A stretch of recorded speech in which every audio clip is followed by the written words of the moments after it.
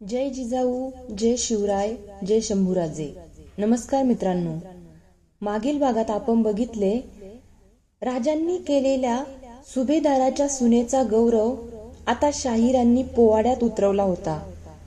कल्याण भिवंडी म्हणजे समुद्रापर्यंत आता राजांची सत्ता पसरली होती.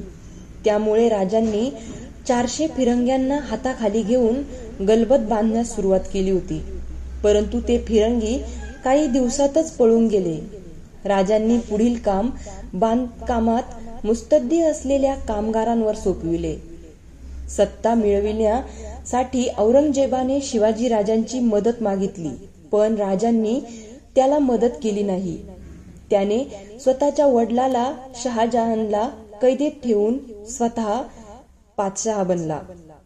इकडे राजांच्या वाढत्या पुंडाईमुळे विजापूर राजांवर खफा होते. आता बघूयात पुढे. विजापूरचा दरबार तटस्थ होता. बादशाह अली आदिलशाह तख्तावर बसला होता. त्याची नजर उजव्या हाताच्या जाळीदार पडद्यांनी आच्छादिलेल्या सज्जावर स्थिर झाली होती. याची आई बडी साहिबीन संतप्त होऊन सज्जात उभी होती. ज्या शिवाजीने आदिलशाहीचे गड काबीज केले, मुलूक बळकाविला, बंदरे ताब्यात घेतली, एवढेच नव्हे तर आदिलशाही मुलकात 2दा चढाया करून लूट केली, गावे बेचिराग केली, कल्याण खजिना लुटला, त्या शिवाजीची गय करायची किती. बड्या साहेबिनीचा संयम सुटला होता.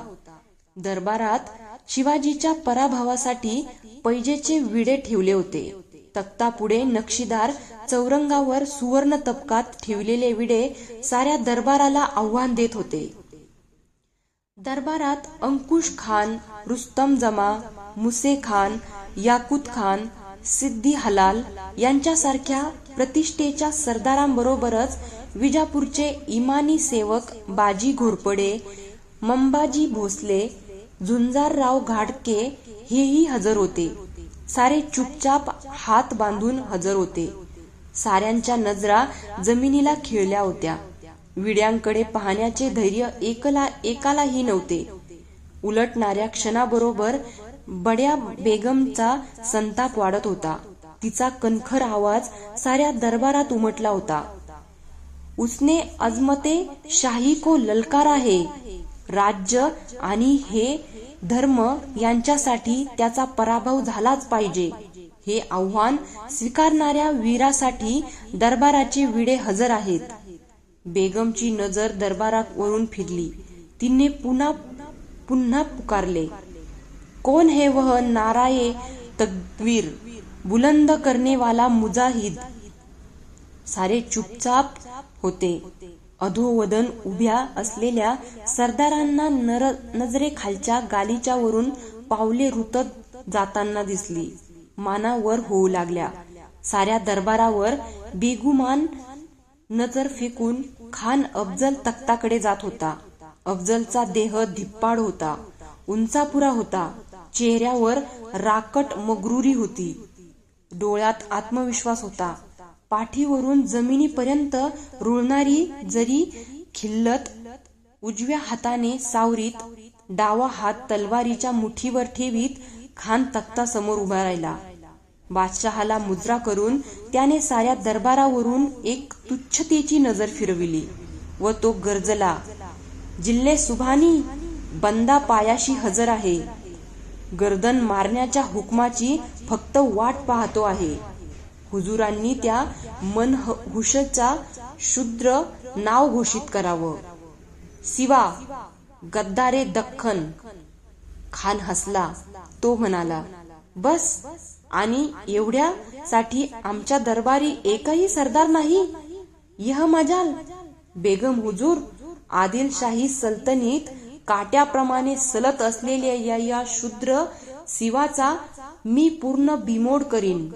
सिवा को तो काय, चढे घोडी या निशी काबीज करून त्याला ह्या तख्तासमोर हजर करतो. आणि पाहता पाहता आपल्या पोलादी पंजाने खानाने तबकातले विडे उचलले. साऱ्या दरबाराचा भार उतरला. सुभान अल्लाह, सुभान अल्लाह असे उद्गार प्रकटू लागले. साऱ्या दरबारात रिवाज विसरून एकच जल्लोष झाला. बादशहाने खानास अनेक भारी वस्तू भेट म्हणून दिल्या. त्यात एक रत्नजडित म्यानाची तेजस्वी कट्यार होती. ती खुद्द बादशहाची होती. विजापूर दरबाराने खानाला अनेक सरदार दिले.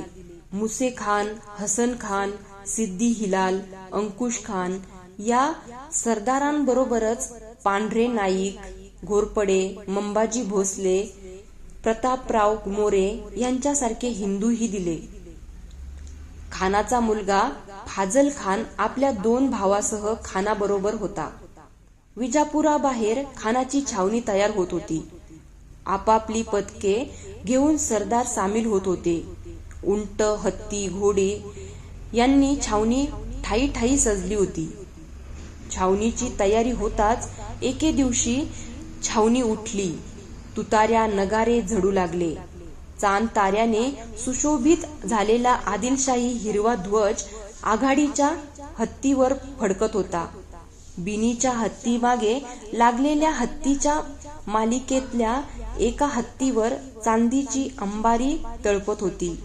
खान तीत दिमाखाने बसला होता.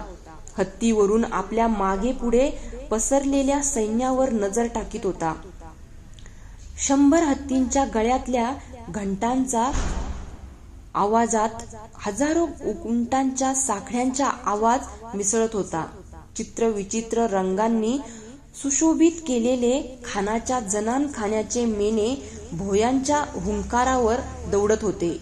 अवजड तोफांचे गाडे हत्ती खेचत होते. छावणीचे सामान लादलेल्या गाड्यांची रांग दृष्टीपथातही येत नव्हती. सरत्या उन्हाळ्याची तगमग होत असता खानाचे प्रचंड सुसज्ज सैन्य शिवाजीच्या पारिपत्यासाठी धुळीचे लोट उडवीत जात होते. विजापुरापासून अवघ्या 2-2.5 कोसांवर खानाने प्रथम छावणी केली. रात्री खानाने आपल्या शामियान्यात साऱ्या सरदारांना एकत्र केले. खानाचा वकील कृष्णाजी भास्कर खाना शेजारी उभा होता. खानाने सर्वांवरून नजर फिरविली.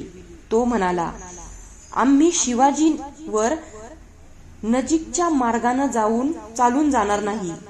तुळजापूर, पंढरपूर यावरून वाईला जायला आपला मनशा आहे.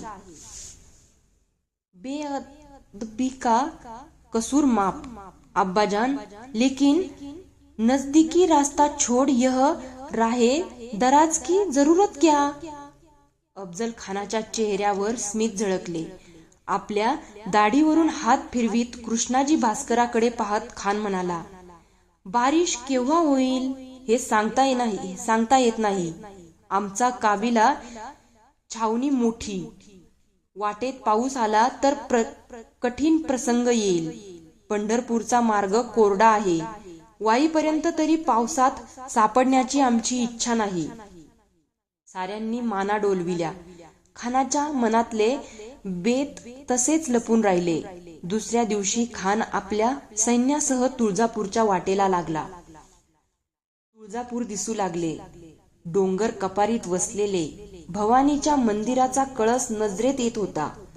तुळजापूर चिमुकले गाव. खान येतो हे कळताच भयभीत झालेले तुळजापूरचे लोक सैरावैरा पळत सुटले. खान तुळजापूरला आला. हत्ती बसताच शिडी लावण्यात आली. खान उतरला. तुळजापूरवरून नजर फिरवीत खानाने विचारले, या जागेला हिंदू लोक फार मानतात ना? कृष्णाजी भास्कराला थोडी कल्पना आली होती. तो हात जोडून म्हणाला, खानसाहेब, आम्हा हिंदूंना या जागे इतकी दुसरी पवित्र जागा नाही जशी आपल्याला मक्का. खामोश. आमच्या मक्केची तुलना काफिरांच्या तुळजे बरोबर करता? हाच तो शिवाजीचा देव ना? जी खानसाहेब, या स्थानाला धक्का लागला तर आपले हिंदू सरदार बिथरतील. कृष्णाजी भास्कराने दुसरा डाव टाकला. खान गर्जला, आमच्या विरुद्ध बिथरण्याची ताकद कुणाला आहे? गर्दन मारू कृष्णाजी. आम्ही वाईचे सुभेदार आहो. आम्ही एका देवळात हात लावला नाही, बुतशिकणी केली नाही.